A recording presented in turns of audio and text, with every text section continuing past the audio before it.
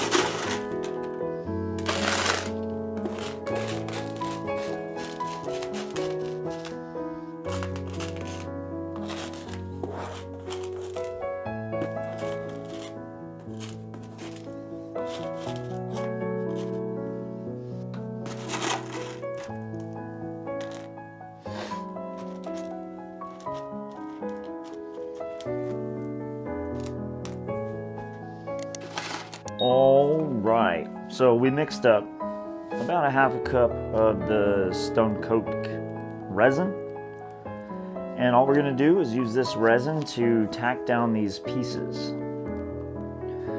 So we're not flooding it, we're just doing a nice light drizzle over the glass, trying to make sure we contact each piece. You want this to completely bond it and seal it down to the surface.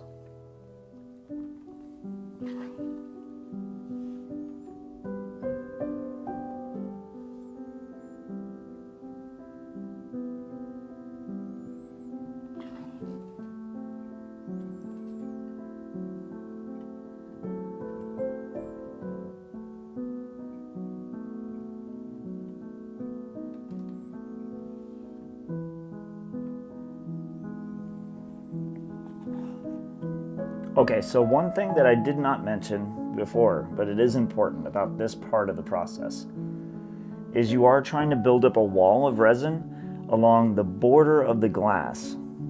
Because when you pour the colored resin in there, or whatever you're going to do, if there's not a good seal between the glass and the border, the colors will start seeping in underneath the glass and change the color of the glass.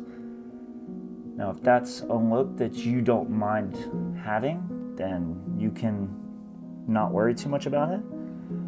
But I'm really loving the look of the glass as it is here. Almost looks like ice. So what I'm going to do at this point is I have enough resin down.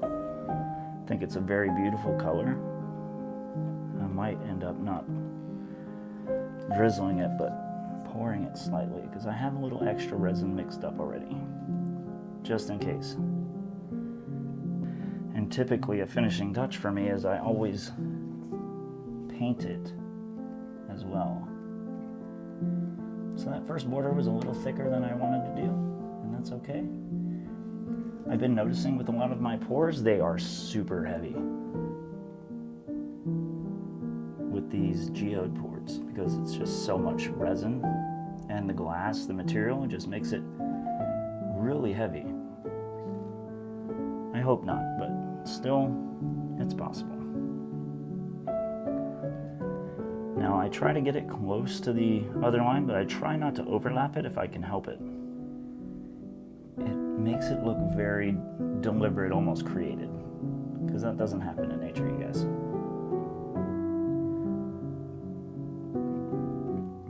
There we go. I could definitely use the rest of this resin. Nice. And that's okay. That is all right. These are the same colors that I used on the 4 panels that I did a few weeks back. All right. I've still got a nice section for our white to go in there.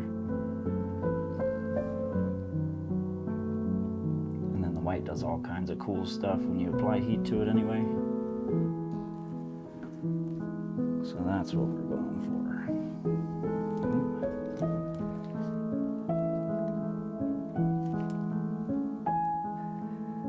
I'm sure you noticed, again, I'm not wearing a mask when I'm working with resin. Some resins have a very strong fume to them. I try to use a resin that's not that strong. And I'm going to stripe it. I want to stripe through this blue. I really like how that looked, so I'm going to do it again over here. Push that blue out so it looks semi-natural. I could turn the heat up just a little bit. Turn the flow up just a bit. And there we go. Now we're getting it. Kind of like a delicate little blending of the colors to give it that kind of really natural, grown look. Tell me in the comments, how do you think that word is said? Because I don't English perfect, you guys. I'll continue to blend these colors in just a little. I want this white to kind of feather it out just a little bit. There we go. Getting these cool cells and just this really natural blend, which I love.